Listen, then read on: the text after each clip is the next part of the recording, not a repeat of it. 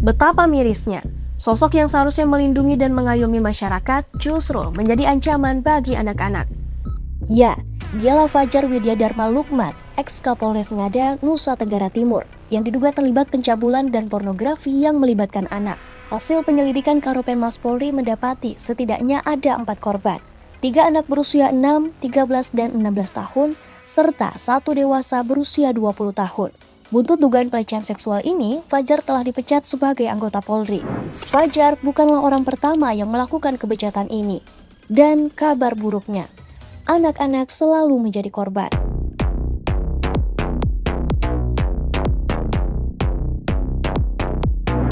Ini adalah data real-time yang diunggah Kementerian Pemberdayaan Perempuan dan Perlindungan Anak atau Kemen PPPA. Data ini menampilkan jumlah kasus kekerasan yang terjadi di Indonesia. Dari 5.118 kasus yang dicatat Kemen PPPA sejak 1 Januari 2025 ini, kekerasan seksual menjadi kekerasan yang paling banyak dialami korban. Sementara itu, 2 bentuk kekerasan lainnya yang masuk 3 besar adalah kekerasan fisik dan psikis. And yep, dari angka-angka itu, anak-anak merupakan korban paling banyak. Mereka berusia mulai dari 0 hingga 17 tahun. Komisi Perlindungan Anak Indonesia atau KPAI mencatat sedikitnya ada 7 pelaku yang kerap melakukan pelanggaran terhadap hak anak termasuk lewat kekerasan.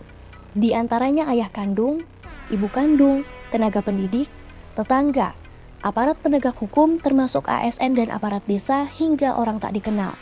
Dalam kasus ex-Kapolres Fajar, dia nggak cuma melakukan kekerasan seksual, tapi juga merekam, menyimpan, bahkan mengunggah video kekerasan seksual yang dilakukannya ke situs porno luar negeri.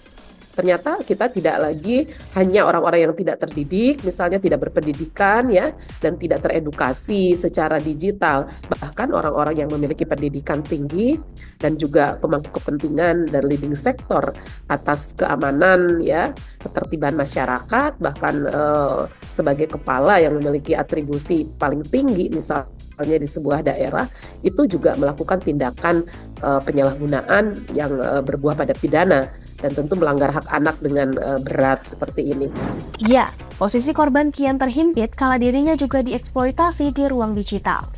Pada Februari 2024 misalnya, Kepolisian Resor Kota Bandara Soekarno-Hatta menemukan lebih dari 3.900 video dan 1.200 foto yang melibatkan 8 anak Indonesia sebagai objek pelampiasan seksual jaringan internasional.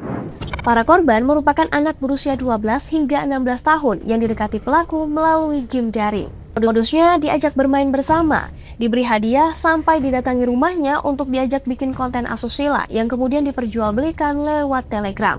Dalam laporan yang disusun oleh sejumlah lembaga perlindungan daring dan anak, yakni ECPAT, UNICEF, dan Interpol, didapati kalau setidaknya 2% dari anak-anak pengguna internet usia 12 hingga 17 tahun di Indonesia menjadi sasaran eksploitasi dan pelecehan seksual secara daring.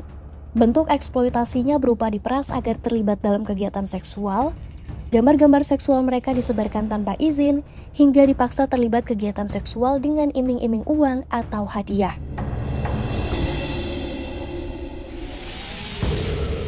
Tantangan dalam penegakan hukum soal perlindungan anak bikin banyak kasus enggak terungkap dan ditindaklanjuti secara maksimal.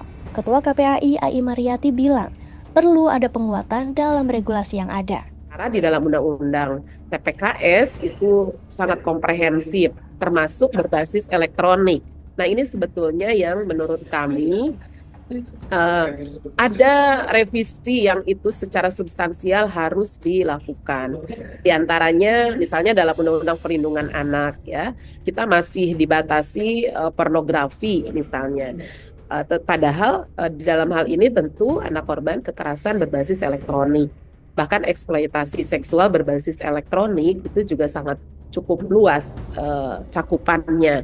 Kita mengenal grooming, sexting, ya, sextortion, misalnya live streaming berbayar, ya, bahkan prostitusi online. Nah, tapi kalau dalam terminologi Undang-Undang Perlindungan Anak itu semua tidak ada. Undang-Undang TPKS juga hari ini belum sepenuhnya bisa diimplementasi karena masih belum terdistribusi dalam RPP, rancangan peraturan pemerintah misalnya terkait restitusi, lalu dana bantuan korban dan kompensasi.